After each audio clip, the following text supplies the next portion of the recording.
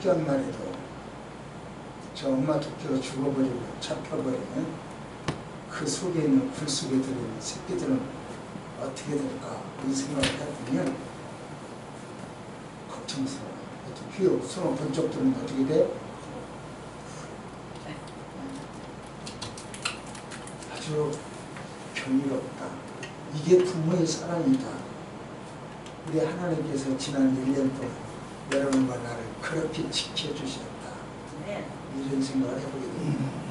21년 동안 21년 봄, 여름, 가을 다 지나버리고 이제 마지막 기회가 왔습니다. 마스크도 좀 벗어버렸으면 좋겠고 언젠가 이 코비드가 해결될는지 모르겠습니다. 사실 코비드 해결만 문제가 아니고 잘 모르는 것이 아니라 언제 해결될지 모르는 것이 아니라 불투명한 것은 참 많죠. 이런 불투명한 상황 속에서 우리 예수 믿는 성도들은 어떻게 살아야 할 건가, 이것을 한번 말씀을 드리는 시간으로 그렇게 하겠습니다.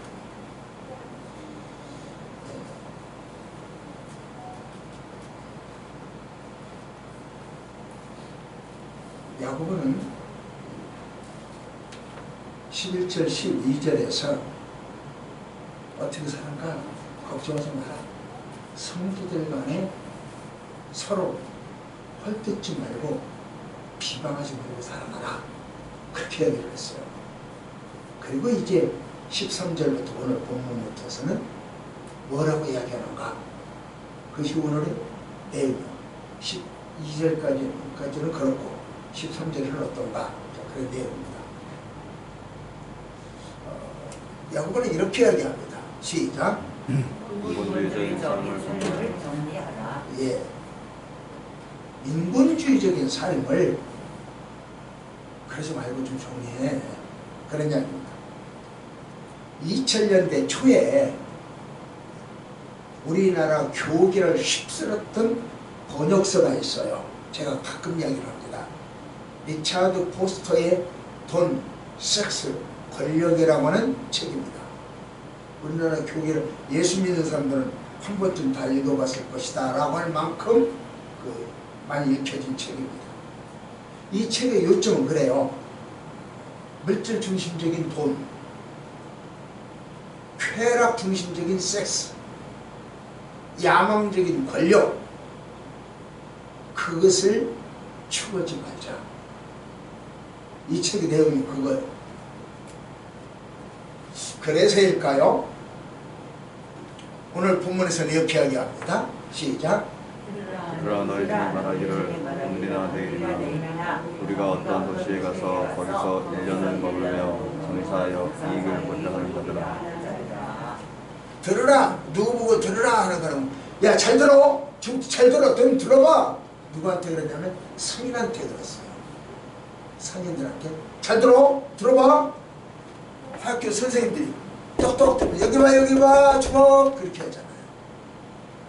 학생들이 딴짓하고 들어라.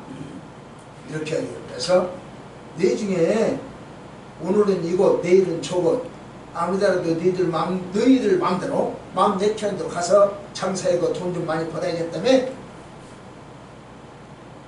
이 이야기를 들어보면 어떻게 보면 비난조로 들려요. 어떻게 뭐 좋은 이야기가 있어, 그렇게 들릴 수도 있어요. 그러면은 뭐 하나님은 뭐야, 계획적으으로 일하면 안 되는 건가? 즉흥적으로 직통계시를 받아갖고 즉각 뭐 그래야 되는 건가? 계획서면 안 되는 건가? 이런 생각을 갖게 만들어주는 본문이에요. 그런 이야기가 아니고 자기 목적 달성만을 위해서 몰입하는 그리스도인들에게, 야, 너희 목적 달성을 위해서 그러지 말고 하나님이 어떻게 섭리하시는가, 그 섭리를 기다려. 그래. 오해하면 안 돼요. 그렇다면 질문이 생길 수 있어요. 내일 일을 계획하고 진행하는 것은 잘못이냐? 꿈을 갖고 노후 준비를 하면 것이냐? 이런 문제가 나와요. 그냥 즉흥적으로 해야 되는 거냐? 그때그때 인도함을 받아야 되느냐? 나를 비롯해서 많은 목사들이 그럴 수가 있어요. 나는 하나님 일을 하고 평생 하나님 일을 했으니까 내 노후는 하나님이 책임져 주시오. 지금까지 그렇게 지어주셨던 것처럼 내 노후는 하나님 책임져 주시오. 이렇게 하기로 나를 비롯해서 많은 목사님들 그렇다고 말해요. 그러니까 철저한 계획을 세우면 꿈을 가지면 이 잘못인가? 결론 아니요. 그 목표 달성을 위하여 하나님의 섭리를 배제한다는데 문제가 있다. 내용이 그 말이에요. 한번 봅시다. 시작. 아멘. 젊은 사람이 있어도 나의 응답은 여호와께로부터 나오느니라. 너의 행사를 여호와께 맡기라. 그리하면 네가 경외하는 것이 이루어지리라. 사람이 마음으로 자기의 길을 계획할지라도 그의 걸음을 인도하시는 이는 여호와시니라. 예비는 사람이 보거나 모든 일을 결정하기는 여호와께 있느니라. 아멘. 이게 다 뭔 이야기냐? 계획 세워라. 노후 준비해라. 네, 그거요. 그러나 네 맘대로는 안 된다. 하나님의 섭리에 맡겨야 된다. 그런 이야기예요. 그러니까 내 시험 보는데 오늘 열심히 기도하고 공부를 하나도 안 하고 열심히 기도하고 가담나고 가서 시험 보려고 밤 깨면 그거 아니라는 거죠. 공부도 열심히 하고 결과는 하나님 섭리에 맡겨라. 그러니 수능을 열심히 준비해서 봤어. 그런데 제 성적이 잘 안 나와. 그러면 좌절할 것도 없어요. 자살할 것도 없어요. 결과는 하나님의 섭리에 맡겨야 돼. 출근하고 공부했는데 이게 뭐야? 출근하고 일했는데 이게 뭐야? 내가 이런 것밖에 죄가 뭐야? 문 대통령 입술이 터지도록 가서 해외에서 일했다고 그럽니다. 그래, 내가 그랬는데 오니까 왜 이 모양이야? 왜 이렇게 나를 치지 않는 거야? 그런 자조나 원망하지 말라는 거죠. 하나님의 섭리를 믿고 섭리에 맡겨라. 그런 이야기입니다. 가령 A 장로님 아들과 B 장로님 아들이 권투시합을 한다고 합시다. 서로 자기 팀이 승리하도록 목사님과 성도들이 기도를 할 테죠. 물론 선수 본인들도 계획 세우고 작전도 세우는 등 철저하게 준비할 것입니다.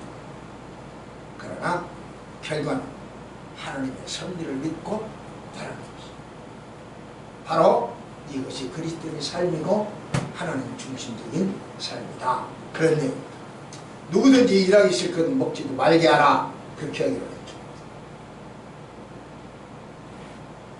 하나님의 일은 최선을 다해서 계획도 세우고 경험도 쌓고 자원해서 자기 스스로 자원해서 노력하면서도 그 결과만은 하나님의 섭리에 맡기는 것이 된다.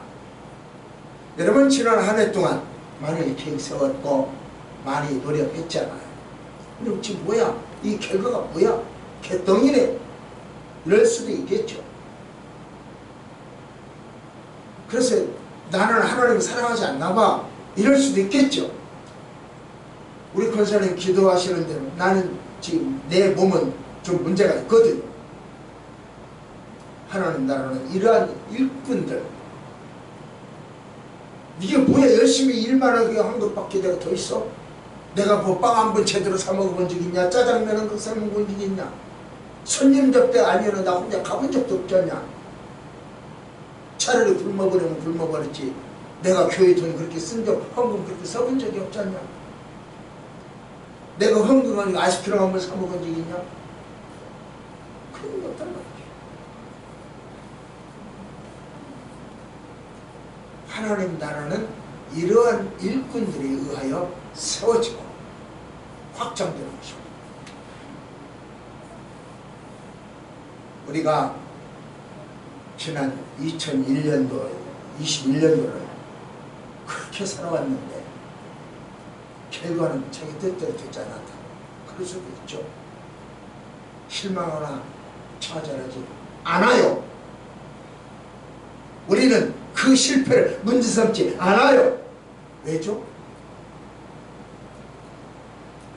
왜 그 실망하지 않고 좌절하지 않고 그 실패를 문제 삼지 않죠? 왜냐하면 하나님은 우리를 슬픔의 자리에 두는 것을 원하지 않습니다. 아까 토끼 봤잖아요. 천적들에게 잡혀먹히는 것을 원하지 않아요. 근처에다 넣어놓고 그 토끼 빨리 눌러보는데 그 힘을 얼마나 있겠어. 우리가 발로 탁 치고 없어져 버리는 그 힘이 있죠. 열심히 눌러줘요. 표 안 나게.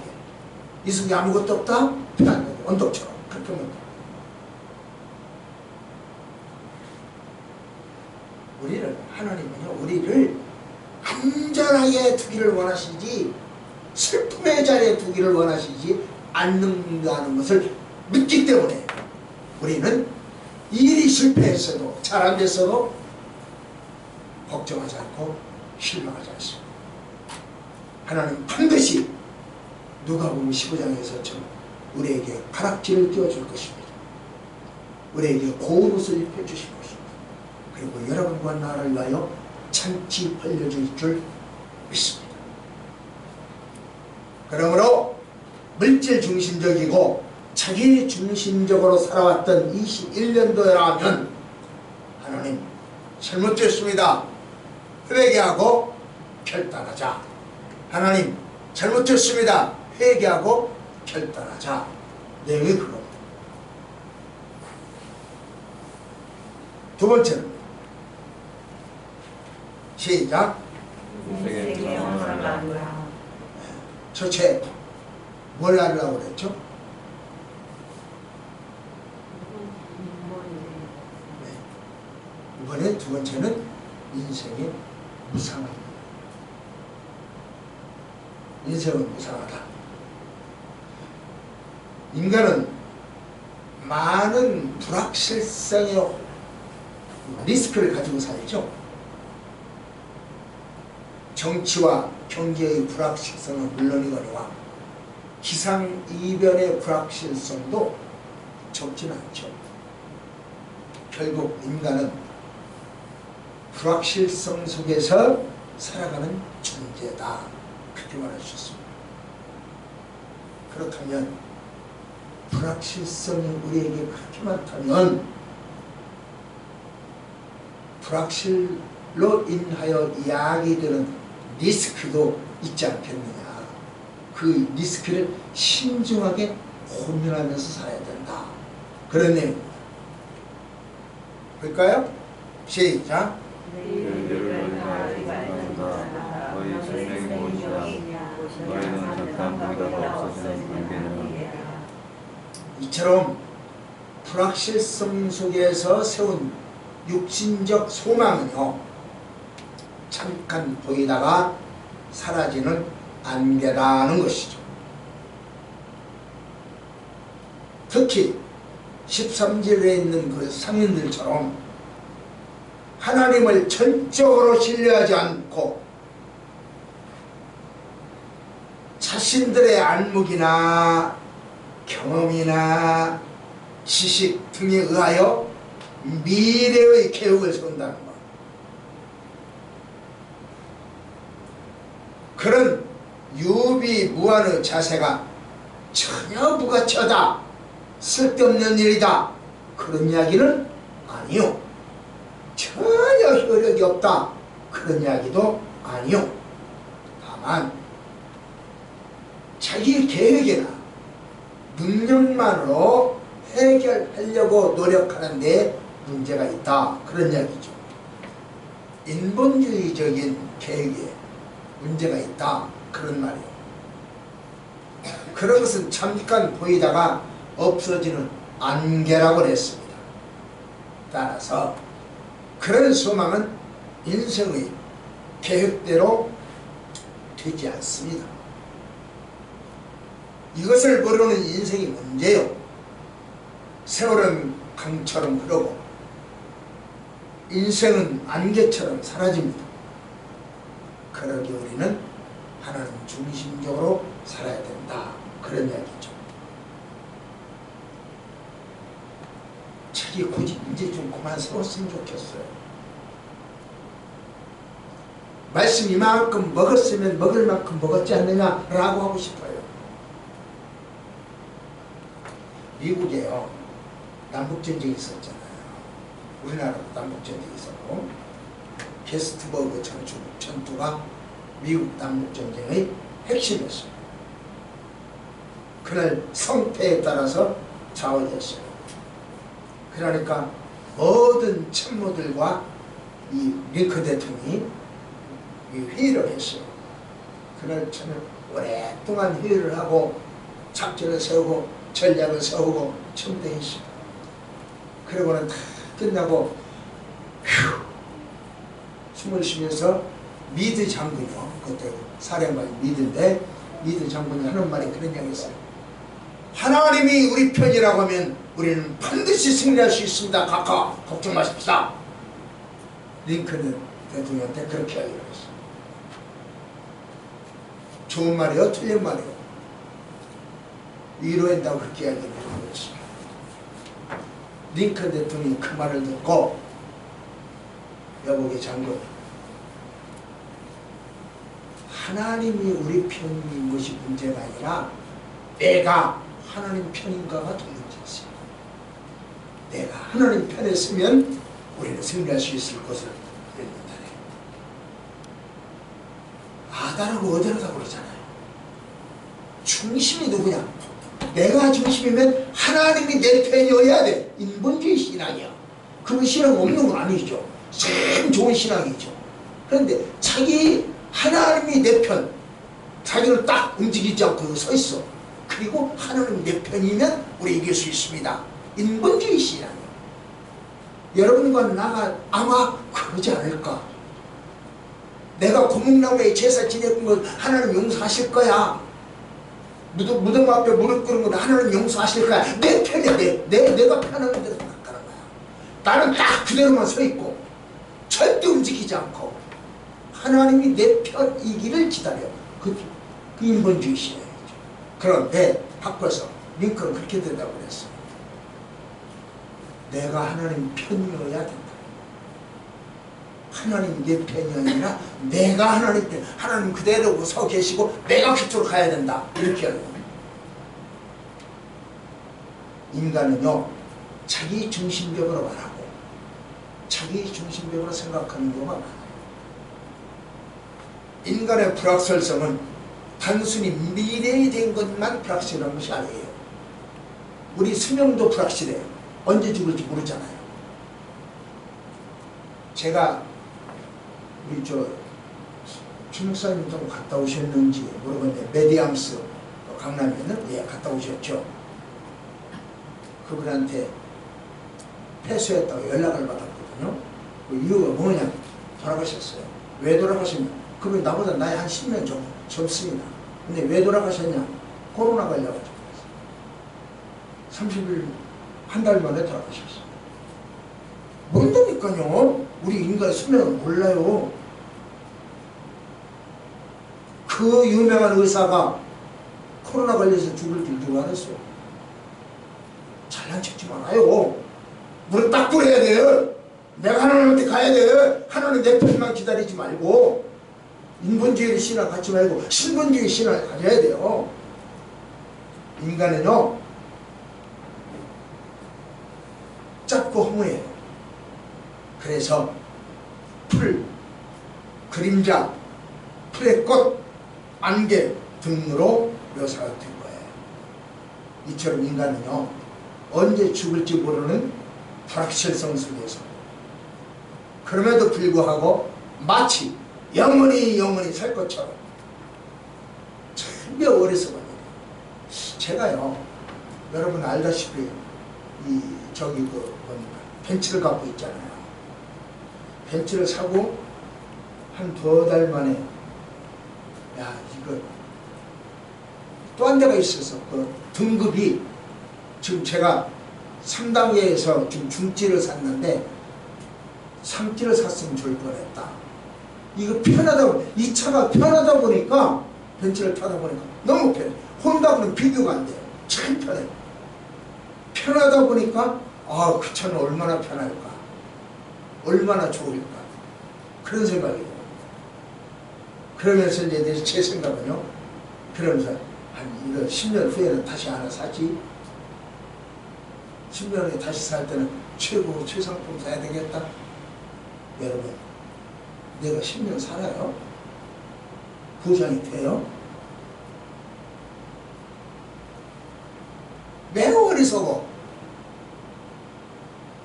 육신적 소망은요, 내일을 모르는 불확실성 속에서 그렇게 살아가는 거예요.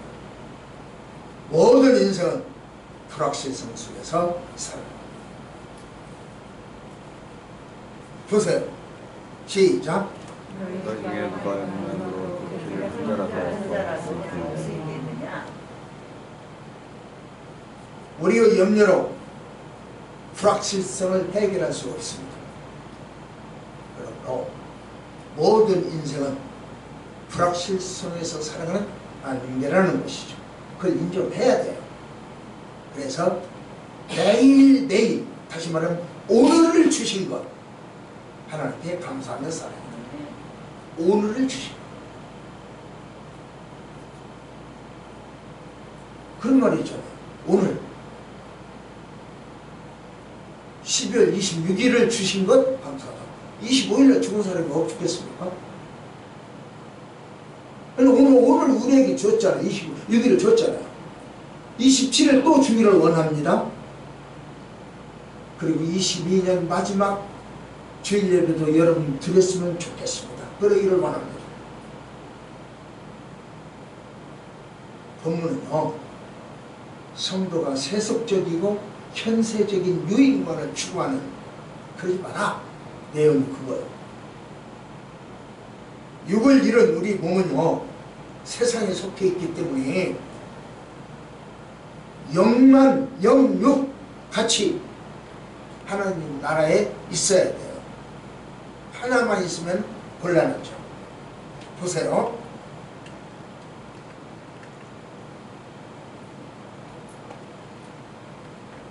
안 되네요. 주께서 허락하시면 내가 너에게 속혀 나가서 교만한 자들의 말이 아니라 오직 그 능력을 알아보겠다. 그렇게 해야 됩니다. 말이 아니라 능력을 알아보겠대요. 사실 우리는요, 육을 가신 사람이잖아요. 그렇기 때문에 영적인 일을 우선하며 이 땅을 살아가는 것이 쉽지 않아요. 육이 있으니까 영만 우선하고 살아가기가 쉽지 않다. 내용이 그 말입니다. 그런데 바울은요, 하나님의 뜻을 우선해라, 육을 우선하지 마라, 그렇게 이야기를 해요. 참 어려운 이야기 아니요? 우리 몸은 육으로 되어 있기 때문에 이 땅에서 육을 위한 삶이 쉽지 영을 위한 삶은 어렵다. 여러분 다 알아. 그런데도 불구하고 바울은 육을 위해서 살지 말고 영을 위해서 살아라, 그렇게 어려운 이야기를 해요. 왜요? 왜 그렇게 어려운 이야기를 하죠? 우리가 하는 모든 일의 성패는요, 하나님 손에 달려있기 때문에, 하나님은 승리이기 때문에, 내 힘이나 내 계획이나 나의 노하우에 의해서 좌우되는 게 아니라는 거죠. 그러므로 하나님께 맡겨라. 누가 자천 되고 싶어서 자천 되는 사람 어디 있어? 실패하고 싶어서 실패하는 사람이 어디 있어? 돈이나 뭐 안 벌고 싶어서 돈 못 버는 사람이 어디 있어? 다 하고 싶다고요. 수능도 잘 보고 싶고요, 대학도 잘 보고 싶고요, 회사도 잘 가고 싶고요, 좋은 회사에서 편히 먹고 사는 분도 원해요. 그런데도 그렇게 안 돼요. 그런데 바울은 그렇게 해요. 우리가 세상적인 가치관에 따라서 나 스스로를 위한 계획을 세우고 나 스스로를 위한 만족을 한다면 그 인생은 실패할 수밖에 없기 때문에 그렇습니다. 그래서 성경은 이렇게 이야기합니다.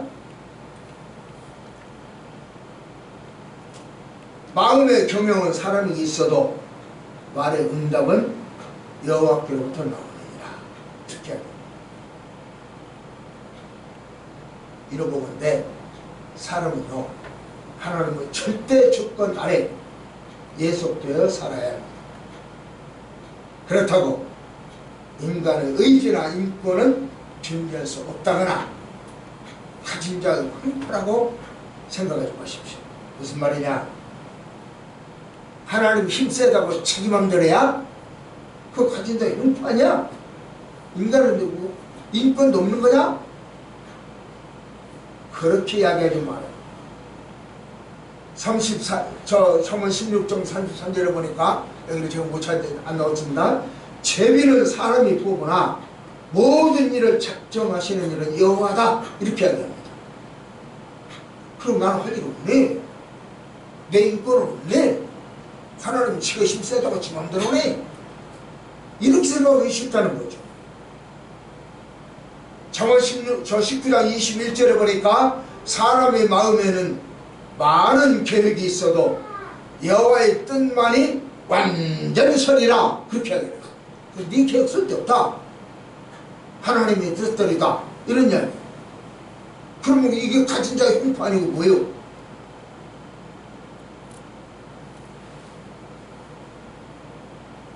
하나님은요, 가진 자의 횡포가 갑질이 아니고 도리어 나의 행복을 위하여 강하게 강권적으로 인도하는 거예요. 들에 나가서 밖에 나가서 시장에 나가서 강권적으로 권하여 강권하여 데려와라. 왜 강권해? 갑질을 하고? 대한항공에서처럼 그렇게 갑질을 하고 데려와라? 그 이야기가 아니고 너의 행복을 위하여, 나의 행복을 위하여 하나님은 강권적으로 역사합니다. 예를 들어볼게요. 이해하기 쉽도록 예를 듭니다. 한번 제가 이야기한 기억이 나요.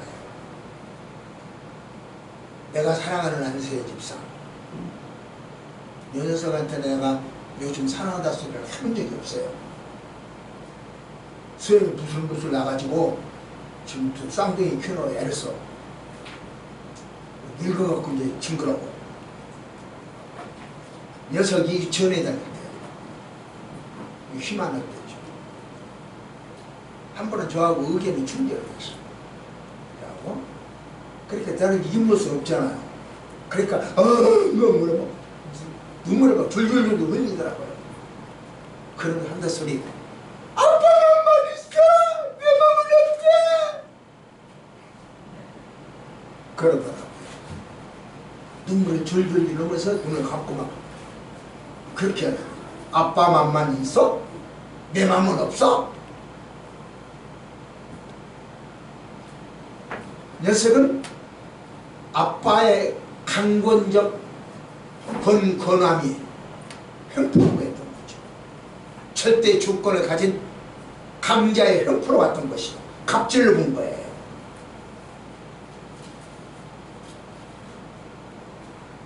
그러면 아빠는 자식이 잘못되도록 강권지 갑질했을까요? 오류에 빠지도록 갑질했을까요? 어린 자식으로는 아빠의 그 심정을 이해할 수가 없어요. 아까 토끼를 봤잖아요. 굴 속에 차들어서 들어가 문을 딱 닫아버려. 캄캄하고 숨쉬기도 어려울 거예요. 문을 닫아버려. 그러면 엄마가 그 새끼들을 미워서 그렇게 한 거예요?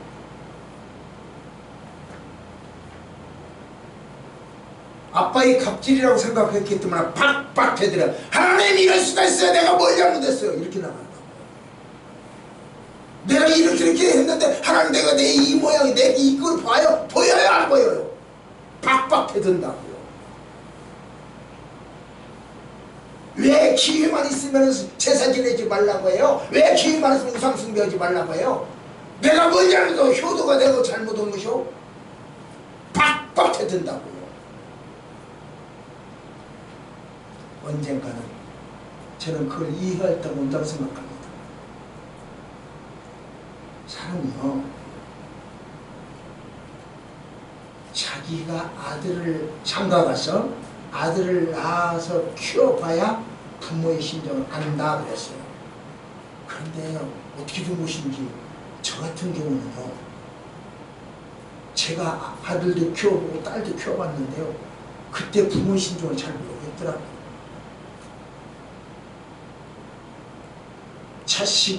자식을 낳아봐서 키워보면 너도 내 속을 안다. 이게 저도 저희 어머니한테 들었던 소리거든요. 저희 어머니 배운다고 배우고 국문 해도를 못하시는 분이에요. 문맹이란 말이에요. 그런데 그렇게 하게 되시더라고요. 그런데요, 제가 손자를 키워보니까 이것이 우리 엄마 생각이에요.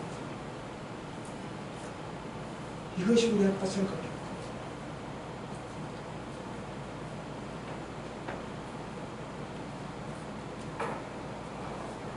돌아가신 부모님을 기억하면서 때로는 덜시를 지키시고,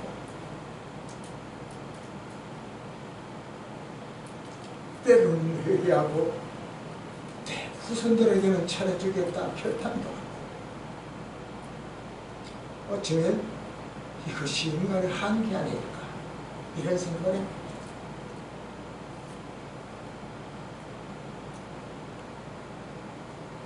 창조주 하나님과 피조물 인간과도 그런 관계일 것 같아요. 하나님의 뜻은 여전히 자식을 사랑하는 데 있지만 우리는 하나님의 흉파하고 보고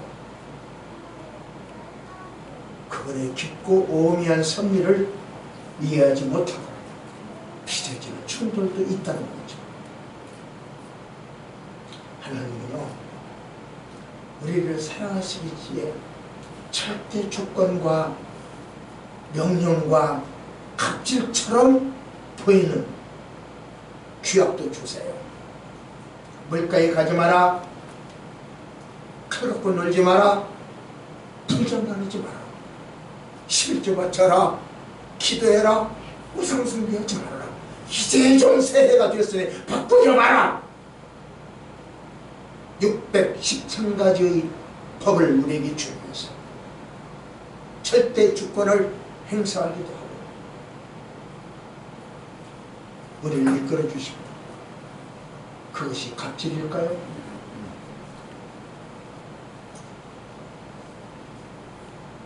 아니면 우리를 위한 하나님의 사랑일까요? 그래서 하나님의 뜻을 추구하는 인생이 되어야 한다. 그 이야기입니다.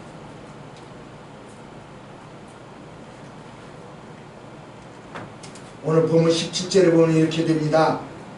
그러므로 사람이 선을 행할 줄 알고 행치 아니하면 죄입니다. 여기서 말하는 선을요, 도덕적 선, 타선행위, 구제, 이딴 것으로 이야기 생각하면 오산이에요.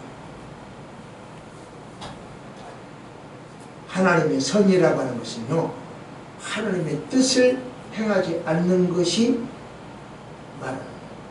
따라서 하나님의 뜻을 행하지 아니하면 그게 바로 죄입니다.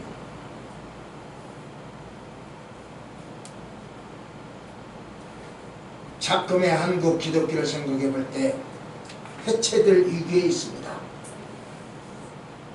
그 원인은 저를 포함한 한국 기독교인들의 자업, 자득인 면이 크다고 생각합니다. 하지만 성도들 여러분들도 생각해 볼 부분이 있어요. 이게 기독교를 보면서 하나님 뜻이나 성경의 가르침을 역행하는 것에는 문제가 있다, 그런 뜻입니다.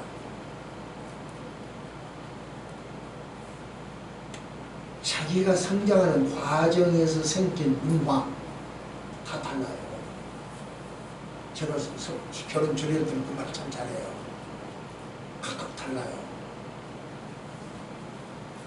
보수적 성향도 있고 진보적 성향도 있고 각각 달라요.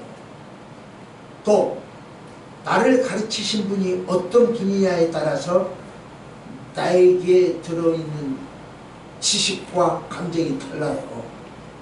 예를 들면 전교조 선생님 밑에서 배웠냐 아닌 사람한테 배웠냐에 따라서 사람이 달라져요. 문화가 어떻든 또 교육이 어떻든 자기 정치적 신념이 어떻든 진보든 보수든 어떤 간에 하나님 뜻이냐 아니냐 이거 찾아보자. 이게 내가 여러분이 하고 싶은 거예요. 우리 권사님 기도할 때 명년 3월 29일 날 대통령 선거합니다. 하나님이 원하시는 사람이 당선되게 해주십시오. 맞습니다. 그게 뭐죠? 내 교육 정도, 내 관념, 내 문화, 내 정치적 신념 아니고 하나님의 뜻. 그래서 그러기에 바울은 로마서 12장에서 이렇게 이야기합니다. 너희는 이 세대를 본받지 말고 마음을 새롭게 하므로 변화를 받아 하나님을 선하시고 기뻐하시고 온전하신 뜻이 무엇인지를 알아. 그렇게 하라.